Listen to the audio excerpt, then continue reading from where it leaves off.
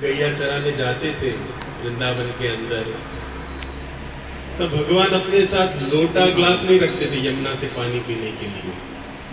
जैसे आप देखे हो गौ माता जैसे पानी पीती है, उसी तरह भगवान भी यमुना में सीधा अपना होठ को लगाकर पानी पिए। अर्थात भगवान के ना कहीं तो मतभेद था, क्योंकि ब्रज में तो कहीं और भी लोग रहते थे। सबको तो ये सौभाग्य नहीं मिला उस वंशी तट पर भगवान श्री कृष्ण के साथ उस रास में परम आनंद लेने का। तो वृंदावन के अंदर पूर्ण पुरुषोत्तम भगवान ब्रजेंद्र नंदन श्याम सुंदर प्रकट तो हुए, लेकिन पूर्ण पुरुषोत्तम होते हुए भी उनकी कुछ इच्छाएं ब्रज के अंदर पूर्ण नहीं हुई। भगवान होते हुए भी तब उसको प्रेम पुरुषोत्तम बनना पड़ा, तो वो गौरांग है।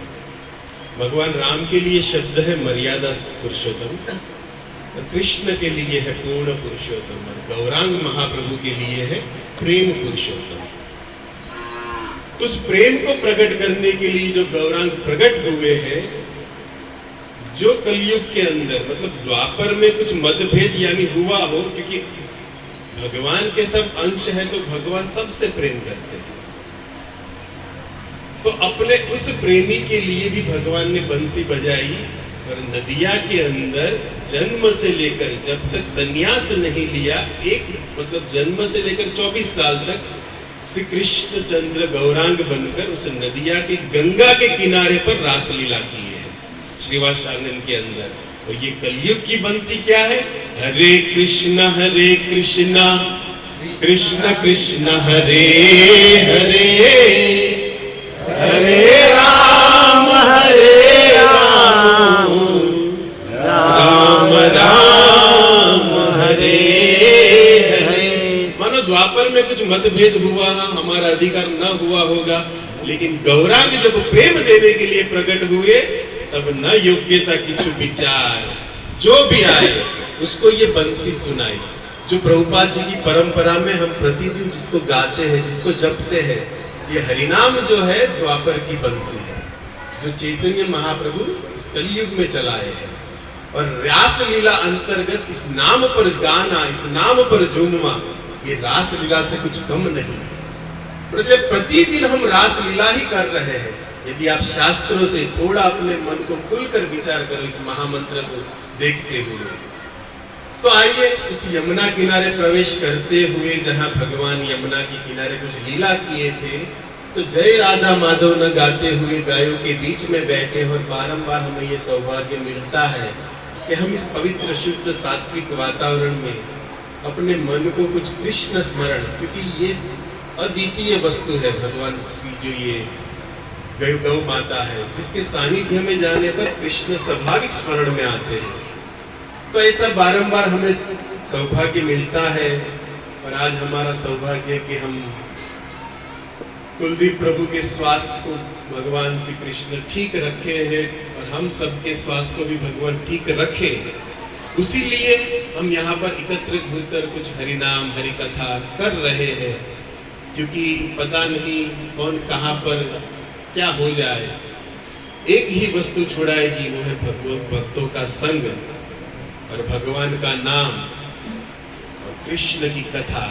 ये जीव को एकमात्र है जो संसार के सभी बंधन से आरोग्य शुद्ध भी रखती है, स्वस्थ भी दिलाती है। तो ऐसे कृष्ण कथा में प्रवेश करें उससे पहले आपके डिवोटी, हमारे डिवोटी केयर में एक भजन आया है जो सूरदास जी का पद है, क्योंकि जब यहाँ पर बैठे तो गौ माता भी एक मनो आशीर्वाद के रूप में हो के भांबरे, तो बैकग्राउंड म्यूजिक समझो, जो भी समझो, उसी को याद करते हुए आगे गाय पाछे गाय, इत गाय उत गाय, सभी जगह गाय पीछे गाय, इत गाय उत गाय, आगे गाय पाछे गाय, इत गाय उत गाय, आगे गाय पीछे गाय, इत गाय उत गाय, गोविंद को गायन में बस बोही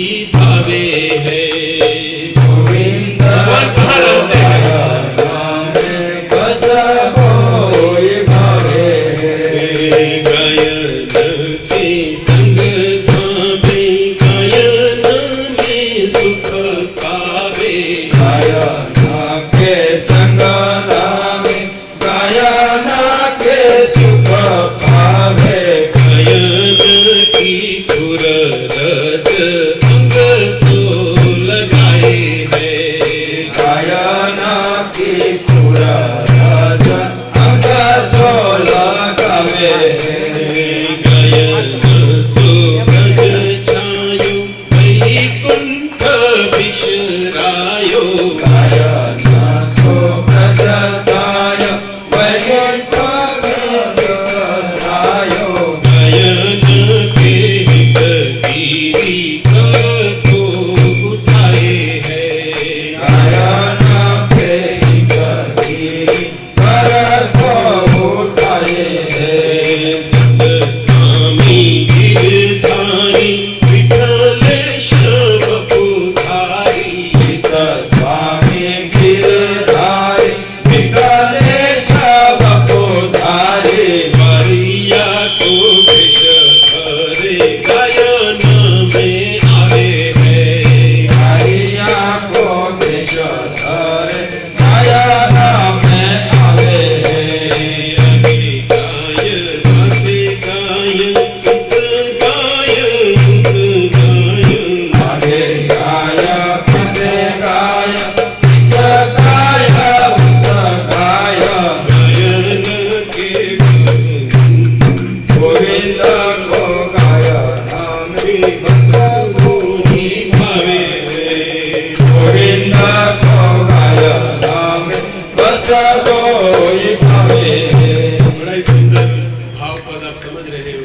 कृष्णचंद्र एक ही वस्तु प्रिय है जिसके कारण इस भूमि पर अवतर लिए, जिसमें पहली है गाय और ब्राह्मण, और ये माता पृथ्वी इसी का रूप बनाकर गई थी जब कंस इत्यादि के कारागृह से भगवान इस धरती को जब मुक्त करना था। तो कृष्णचंद्र गायन के बीच में ही रहते हैं और हमारी माता यशोदा प्रतिदिन भगवान लाला को बड़े ही सुंदर तरीके से यमुना जलमा केसर घोली स्नान कराऊ श्यामड़ा, बड़े ही सुंदर भाव से तैयार कर कर भेजती है। तो भगवान का पहला कदम उस नंद बाबा की गौशाला की ओर जाता है। इतना सुंदर माता यशोदा ने तैयार किया है, पीतांबर दिया है, पूर्वपंख दिया है, लेकिन भगवान का स्वभाव है कि जिसके लिए वो अवतार लिए है उसके पास पहले जाते हैं, फिर मित्र के पास जाएंगे, ब्रज के अंदर जाएंगे, कहीं कहीं लीलाएं करेंगे, लेकिन प्रतिदिन श्याम सुंदर गौ माता की जो गौशाला नंद बाबा की है वहां पर जाते हैं। और वहां पर जाने का एक भाव और भी है क्योंकि ब्रज की पहचान उनके नाम से उस गौशाला में ही हुई थी। पुरोहित जब आए थे गर्गाचार्य जी, तब उसी गौशाला में ही उनका नामकरण हुआ था। मतलब एक भाव और भी, ये भी आचार्य लिखते हैं कि जहां से उनकी नाम की शुरुआत हुई उस स्थान को पहले भगवान दर्शन देने जाते हैं। तो प्रतिदिन जाते हैं गौशाला की ओर, और गौशाला के अंदर हम सब जानते हैं कि वातावरण पवित्र है, लेकिन साथ साथ थोड़ा गौमूत्र भी पड़ा है, गोबर भी पड़ा है। ये गौशाला का सौभाग्य है, ये सुंदरता है। हम कोरे गुरु हो, हम साफ सुथरी, की गौशाला की मजा न थी। ऐसा होना चाहिए और शुद्धता भी होनी चाहिए। तो प्रतिदिन अभी नंद बाबा के यहाँ तो कितनी गायें हैं, वजन के बात करें तो 9 लाख तो खाली दूध देने वाली थी, 9 लाख दूध, बाकी नहीं तो गणती जी लखानी नहीं। तो इतनी गौ, मतलब कितनी बड़ी गौशाला होगी, और उसके अंदर ठाकुर जी अपने छोटे छोटे कदम लेकर गए हैं, जिस तरह बड़े बड़े कदम लेकर आए हैं, लेकिन भगवान छोटे छोटे कदम की ओर लेकर गौशाला में गए हैं। मैं कई बार आपको ये लीला सुनाया हूं, लेकिन मुझे इस गौरांग महाप्रभु की प्रेम लीला तक जाना है, उससे पहले ब्रज आधार लिया जा रहा है। तो भगवान जब उस गौशाला में प्रवेश किए तो देखा कि ब्रज की जितनी गवारियां हैं वो सब क्या करती थी, अपने घर में रसोई बनाने के लिए ये जो गौ के जो ये क्या छाना, उसको ले जाने के लिए उसको प्रतिदिन अपने घर पर ले जाने के प्रतिदिन क्या करती थी, वो गुजरिया आती थी जाती थी। लेकिन भगवान ने जब देखा कि ये जो ब्रज वनिताएं हैं इस तरह प्रतिदिन लेकर जा रही है, लेकिन हमारे बाबा नंद को तो कुछ मिलता नहीं, तो क्या किया जाए, क्या किया जाए।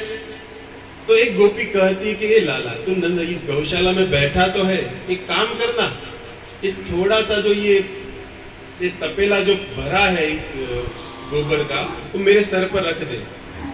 छोटे से लाला कहते कि देखो सखी, ले जाने तो खुद ले जाओ, एक तो हमारा गोबर लेकर जाते और काम भी हमसे ही करवाओगी, ना कुछ वेतन देना, हमें से ही काम करवाना और हमारा ही माल लेकर जाना, ये तो नाइंसाफी है। ले जाने तो खुद ले जाओ। अरे लाला तू देखती है ना बड़ा है, थोड़ा सा तो हेल्प कर दे, मेरे सर पर आ जाए। कृष्ण ने कहा ठीक है चलो कर देती है। भगवान ने लगा दिया एक हाथ, तो गोपियां बड़े ही प्रेम से ले जा रहे आ, लेकिन भगवान सोचे कि तो कहीं इतना आना जाना हो गया, तब कहते कि रुको, इसका मूल्य मुझे क्या दोगी तुम? ये जो तुम ले जा रही हो और मुझसे सेवा भी करवा रही हो, तो मिलेगा क्या? हमें क्या फायदा होगा? तो गोपियां कहती कि देखो श्याम सुंदर, एक सौदा करते हैं तुमसे। क्या सौदा करना है? जितना हम यहां से गोबर लेकर जाएगी उतना आपको एक माखन का लौंडा मिलेगा, और माखन का नाम सुनते ही ये मधुसूदन इतने पिघल जाते हैं कि कुछ शुद्ध बुद्धि नहीं रहती। अभी आप सुने थे ना, माखन मिश्री खाए, ये सबसे बड़ा भोग है भगवान को। एक है अधरामृत, और उसके लिए पर लिखा है कि माखन भोग अधरामित बड़ो है। जो गोपियों को जो अधरामृत मिला है गौ रासलीला अंतर्गत, लेकिन कृष्ण के ग्वाल वालों को उससे भी बड़ा अधरामृत मिला था बचपन में, क्योंकि उनके पास रहते थे। माखन भोग अधरामृत से भी बड़ा भोग है। तो माखन की बात सुनकर कन्हैया पिघल गए और कहते ठीक है चलो एक चक्कर आने पर, लेकिन ये गिनती कौन करेगा? यहाँ पर तो तुम ही हो और मैं अकेला हूँ, कैसे पता चलेगा कि तुमने कितना माल उठाया? तो एक काम करो लाला, ये जो गोबर है उसी से तुम्हारा श्रृंगार किया जाएगा। एक तो तुम्हारी माता ने ये जो नजर न लागे काड़ो टक्कू गई छे काननी पाछळ, ये गणवामा नहीं आवे। ये जो गोबर की जो ये टपका है उसके आधार पर गिना जाएगा कि हमने कितना माल उठाया, उस तरह आपको माखन का एक एक दोना दिया जाएगा। भगवान कहते ठीक। देखो गोबर का भगवान का श्रृंगार कई बार ब्रज में हुआ। आप सुने हो पूतना जब आई थी और पूतना से जब भगवान की रक्षा करने के लिए माता यशोदा ने सबसे पहले गौमूत्र से स्नान कराया था, और उस कृष्ण चंद्र के श्री अंग पर ये गोबर ही लगाया था। इतना परम पवित्र वस्तु है कि शरीर के अंदर कितने भी रोग क्यों न हो, ये सबकी दवा है, गौमूत्र और ये गोबर। तो भगवान का भी श्रृंगार आज गोबर से होने जा रहा है। तो एक गोपी उठाती है और कृष्ण के मुख पर एक टपका कर देती है, और ये तो श्याम सुंदर है। गोपियां जैसे ही एक टपका कर कर बाहर निकली, गोबर तो उनके घर के फैक्ट्री देता, एक हाथ लगा के एक टपका और खुद किया, एक गोपी करे एक पोते करे। गोपी वापिस है, कृष्ण एक ही में किया था, दो कैसे हुआ? तू बूढ़ी होगी, भूल गई होगी तू कितना राउंड मारी, तूने ही किया है। इस तरह गोपी ने 4-5 मारा और ये भगवान ने 10-12 टपका बना दिया गाल पर। और जब गिनती की बात आई तब कहते कि कितना देना है, तो भगवान के मुख पर जो ये गोबर का जो लेप लगा था ना एक एक टपका, तो भगवान के श्री अंग पर अपनी इच्छा से कार्य होता है। तो जितने भी टपके बने थे सभी गोबर के जो ये टपके थे, मतलब चिन्ह, वो आपस में एक हो गए। 10-12 था, 10-12 का क्या हो गया? एक ही हो गया। तो गोपी ठग गई कि इतना राउंड मारा, एक ही कैसे हुआ? लेकिन गोपी सोचते हमारे लिए तो फायदा ही है ना, एक ही देना पड़ेगा। लेकिन भगवान भी भगवान ने कहते कि सखी ध्यान से देखो। तब कृष्ण ने जब अपनी प्रेम भरी दृष्टि से उस गोपी पर नजर डाली, तब जो मतलब जैसे पूर्णिमा का चांद खिलता है, उसी तरह कृष्ण के मुख चंद्र पर ये गोबर रूपी जो चंद्र है उसके कुछ कुछ बिंदे दिखने लगे। मतलब पूर्ण मुख कमल भगवान का एक एक गोबर के बिंदु से भर गया। मानो हम गिरधारी का जैसा श्रृंगार करते हो एक सौंदर्य बढ़ाने के लिए, उसी तरह भगवान का श्रृंग अपने आप अपने मुख चंद्र का श्रृंगार बना रहा है। तो इस तरह गोपी के पास भगवान ऐसे प्रेम भरी गौशाला के अंदर प्रतिदिन लीला किए हैं। लेकिन उस गायों से प्रेम करने वाले भगवान जब गौरांग बनकर आए, तब उनके विषय में कविराज जी लिखे हैं उस राधा कुंड के तट के ऊपर 13वें अध्याय में श्री गौरांग के जन्म प्रकरण पर लिखते हुए कहते हैं कि सर्व सद्गुण पूर्णांतम, सर्वसद्गुण पूर्णातम, सर्व सद्गुण पूर्णांतम, सर्वसद्गुण पूर्णातम, वंदे फाल्गुन पूर्णिमा, वंदे फाल्गुन पूर्णिमा, वंदे फाल्गुन पूर्णिमा, वंदे फाल्गुन पूर्णिमा, यस्यासि कृष्ण चैतन्यो, यस्या श्री कृष्ण चैतन्य, यस्यासि कृष्ण चैतन्यो, यस्या श्री कृष्ण चैतन्य, अवतीर्ण कृष्ण नाम भी, अवतीर्ण कृष्ण नाम भी, अवतीर्ण कृष्ण नाम भी। अवतीर्ण कृष्ण नाम भी। कविराज जी कहते हैं कि मैं उस फाल्गुन पूर्णिमा की संध्या को प्रणाम करता हूँ जिस संध्या के दिन श्री गौरांग चैतन्य महाप्रभु हरिनाम को गाते हुए जगत के अंदर प्रकट हुए। और महाप्रभु का इस जगत के अंदर आने का वैसे तो अंतरंग कारण कहीं कहीं हम उसके जन्म के प्रकरण पर सुनते हैं, लेकिन मुख्य कारण भक्तिविनोद ठाकुर ने लिखा है कि गौलोकेर प्रेम धन हरि नाम संग। ये गौलोक का जो प्रेम धन है वो इस जगत के जीवों को कहीं दिन से मिला नहीं था। भगवान ब्रजेंद्र नंदन गीता सुनाकर गए तो सही, लेकिन गीता में बताया सतत कीर्तन यंतो मां, लेकिन उस कीर्तन की विधि क्या है, कीर्तन किस तरह किया जाए वो तो बताया नहीं है। बोल दिए कि मन मना भव मद भक्तो मध्याजिमाम नमस्करो, मन मुझ में लगाओ, मेरा मुझे नमस्कार करो, लेकिन वो विधि तो भगवान बताए नहीं।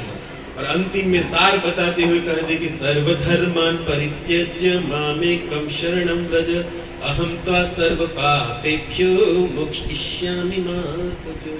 भगवान गीता के अंदर सभी बातों को बताए, कीर्तन से लेकर प्रणाम की विधि तक शरणागति सब बता दिए, लेकिन किस तरह किया जाए वो जगत के जीव को जब तक मैं स्वयं जाकर नहीं सिखाऊंगा ये सीखने वाले नहीं है। अपनी आचरी प्रभु जगत सिखाए, और उसमें भी गौलोक का प्रेम धन देना था, इसीलिए हृदय के अंदर राधा कांति राधा भाव को लेकर आए।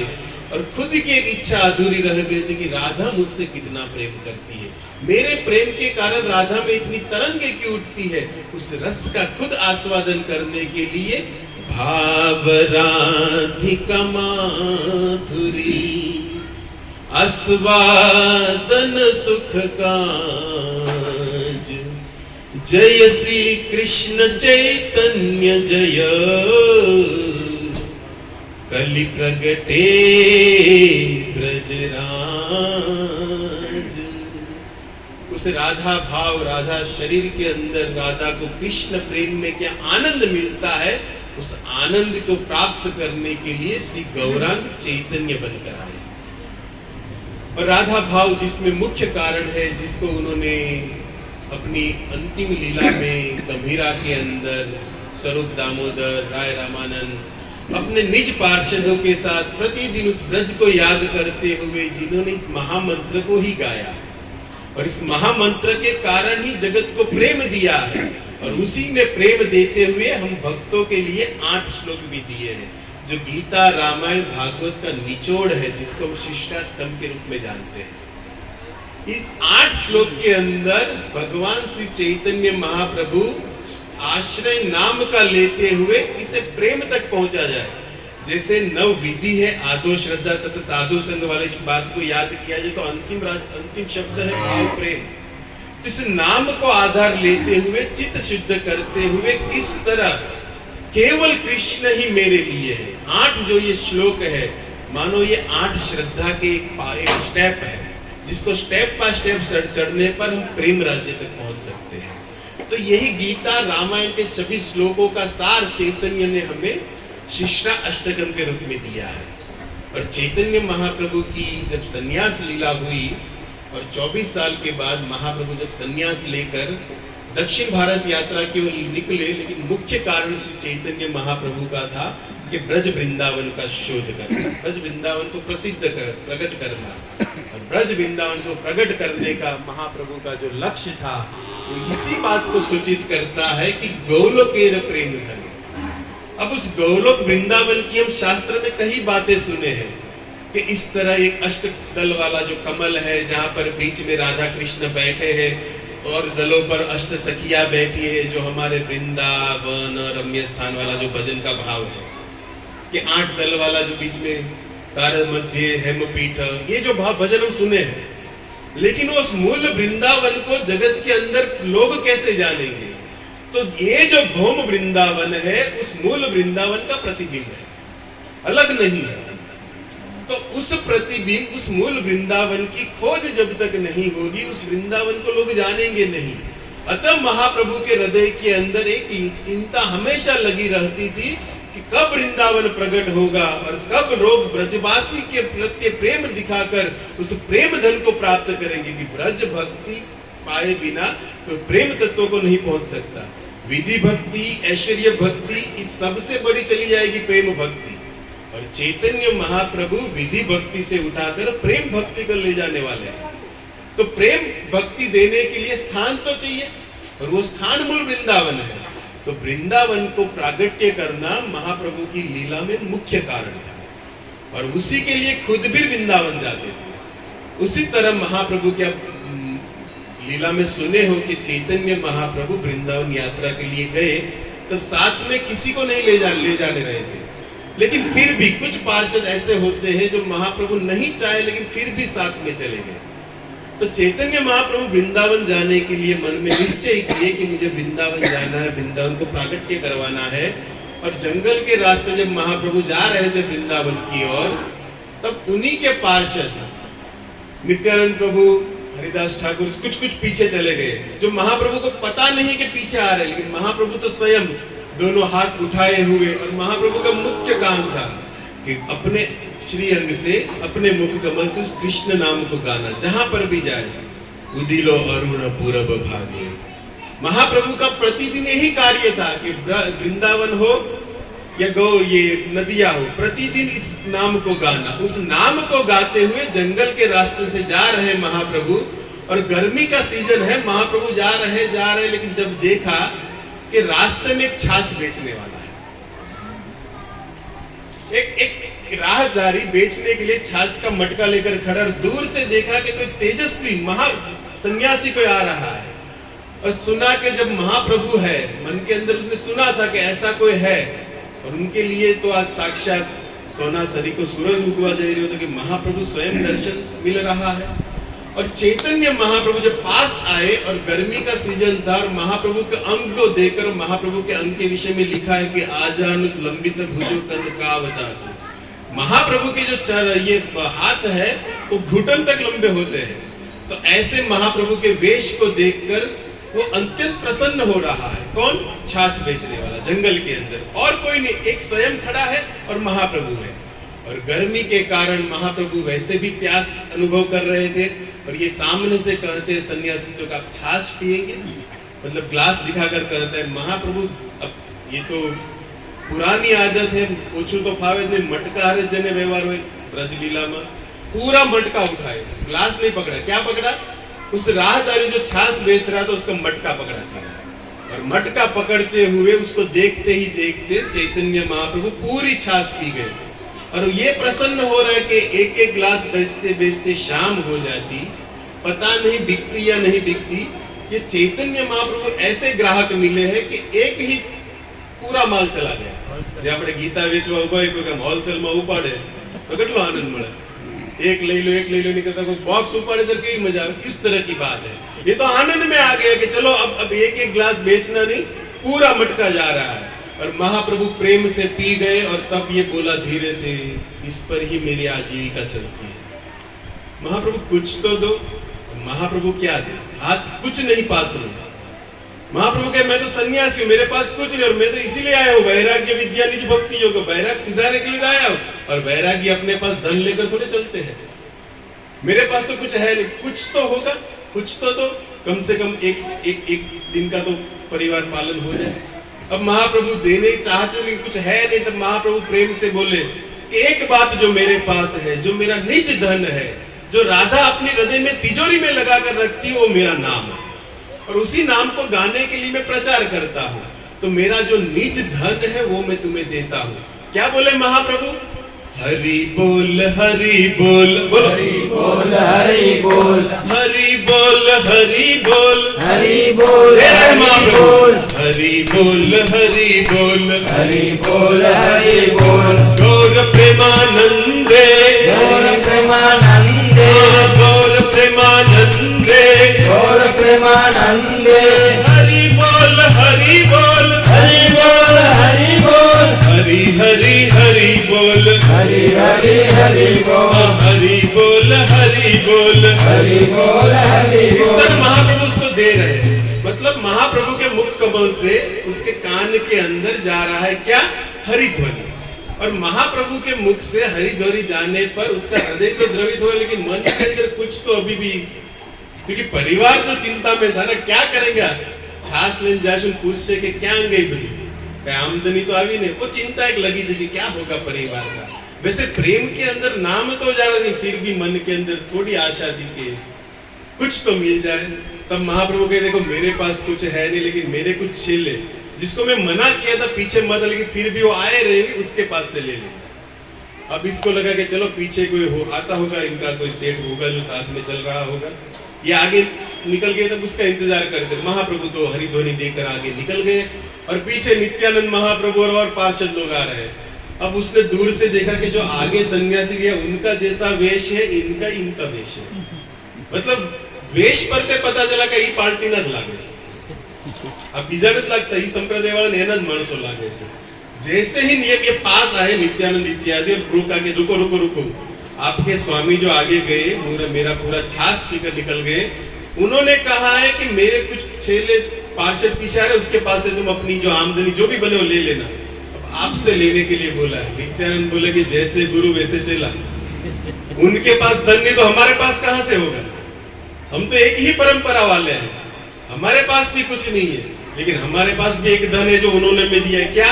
हरि बोल वो भी दे दे। बोल हरि बोल हरि बोल हरि बोल हरि बोल पहले महाप्रभु दिए, नित्यानंद दे रहे हैं। हरि बोल हरि बोल हरि बोल हरि बोल हरि हरि हरि बोल हरि हरि हरि बोल गौर प्रेमानंदे गौर प्रेमानंदे हरि हरि हरि बोल हरि हरि हरि इस तरह बोल नित्यानंद महाप्रभु की क्या दिए?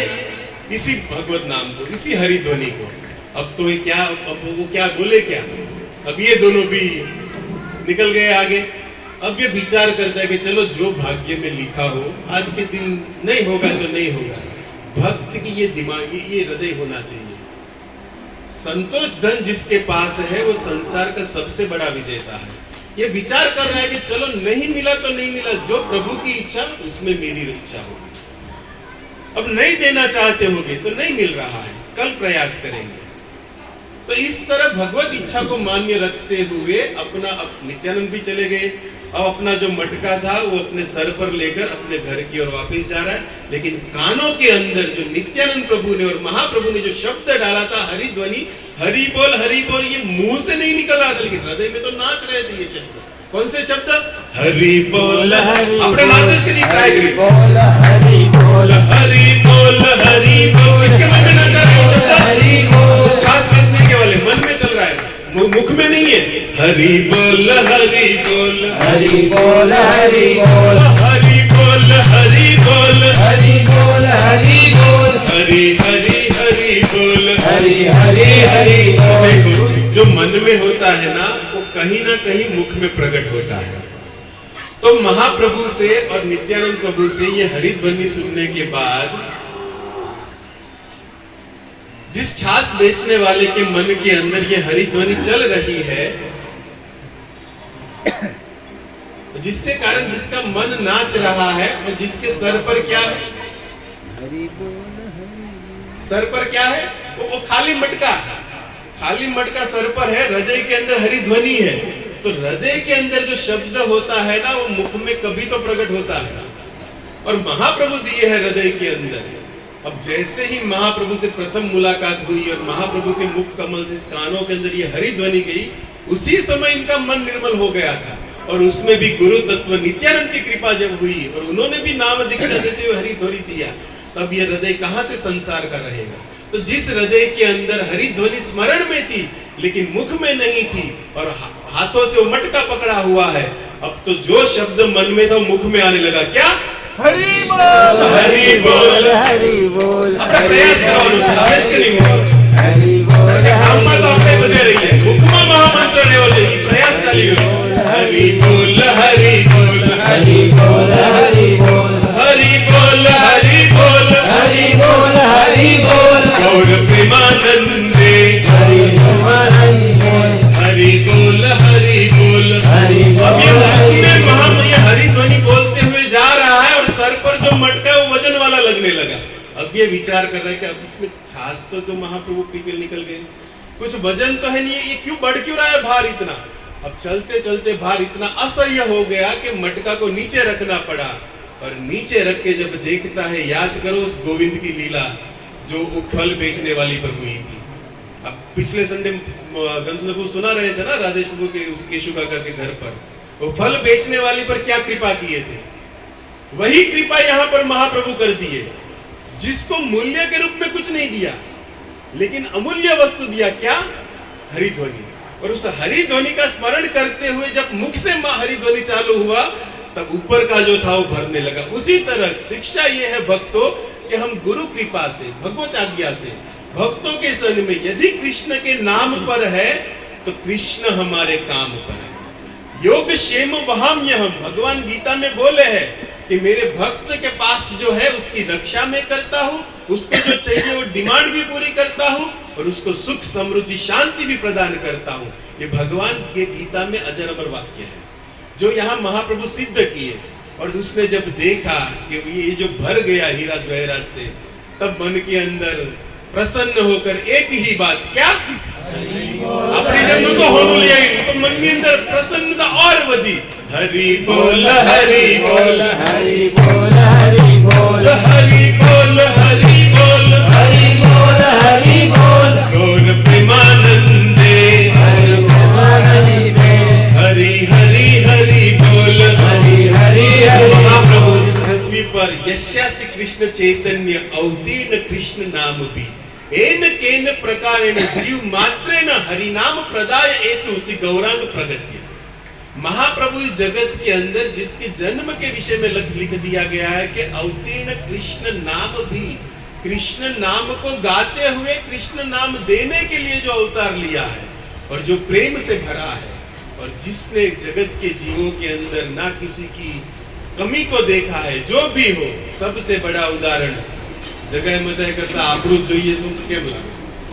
આપણે ગમે ત્યારે શાસ્ત્રમાં જગ્યા મગાય કોઈલી પણ ક્યારેક કાચ હમ ઊભા રહેવું જોઈએ પણ મારા ઉપર એક કૃપા તો કરી, કેમ લાગે? વિચારવા જેવું નહીં આ ગૌશાળાની અંદર આ પોઈન્ટ ને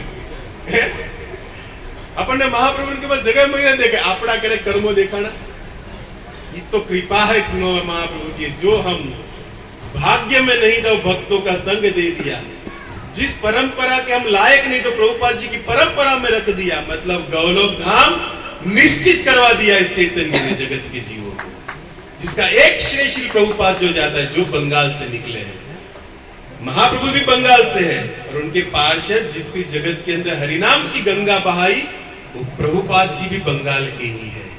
और हमें भी बंगाली बनना पड़ेगा क्योंकि जब तक बंगाली नहीं समझेंगे तब तक जो कृष्ण प्रेम हमारे आचार्यों ने उस बंगाली सरिता में बहाया है वो कहीं ना कहीं हमारे लिए अधूरा रहेगा।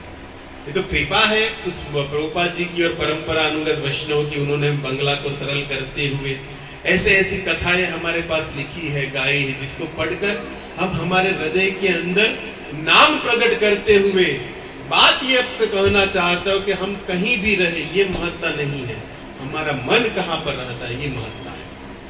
आप काम करो उस पर कुछ पाबंदी नहीं है, लेकिन काम के समय स्मरण कृष्ण एव ही मन कृष्ण निवेशन, इस बात को यदि हम स्मरण कर पाएंगे तो चैतन्य महाप्रभु का हमारे पर जो कृपा है वो सबसे बड़ा दान हो जाएगा। क्योंकि महाप्रभु इस जगत के अंदर उसी नाम को देने के लिए आए हैं और उसी नाम का आश्रय हम लिए हैं, ले रहे हैं और लेते रहेंगे, लेकिन हमें करना होगा भक्तों के संग में। क्योंकि यदि भक्तों का संग छूट गया तब इस नाम से कोई हम विमुख हो जाए, हमें लगेगा कि हम नाम जप रहे हैं, लेकिन ये जो पावर हाउस है वो भक्तजन है। भक्तों के, क्योंकि महाप्रभु भी नदिया के अंदर नाम संकीर्तन जो अकेले नहीं गए थे, टीम बनाकर चलते थे। उदिल और अरुण वाली भजन की यदि व्याख्या की जाए तो महाप्रभु ये भी शिक्षा दे कि अकेले जाने पर व्यक्ति थक जाएगा, लेकिन यदि भक्तों का संग साथ में रहेगा तो भवसागर भी पार हो जाएगी।